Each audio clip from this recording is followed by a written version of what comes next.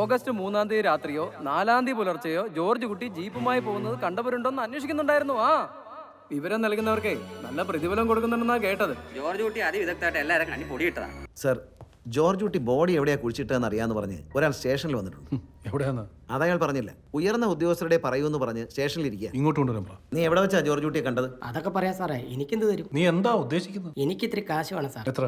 ഒരു 5 ലക്ഷം. ഞാൻ പറഞ്ഞില്ലേ തട്ടിപ്പാ കുട്ടികളെ. ഓഗസ്റ്റ് 4-ാം തീയതി വെളുപ്പിന് 3:30 ജോർജ് കുട്ടി ഒരു കൈക്കോട്ടുമായിട്ട് ഒരു സ്ഥലത്ത് നിന്ന് ഇറങ്ങിപ്പോന്ന് ഞാൻ എൻ്റെ കണ്ണുകൊണ്ട് കണ്ട സാറേ.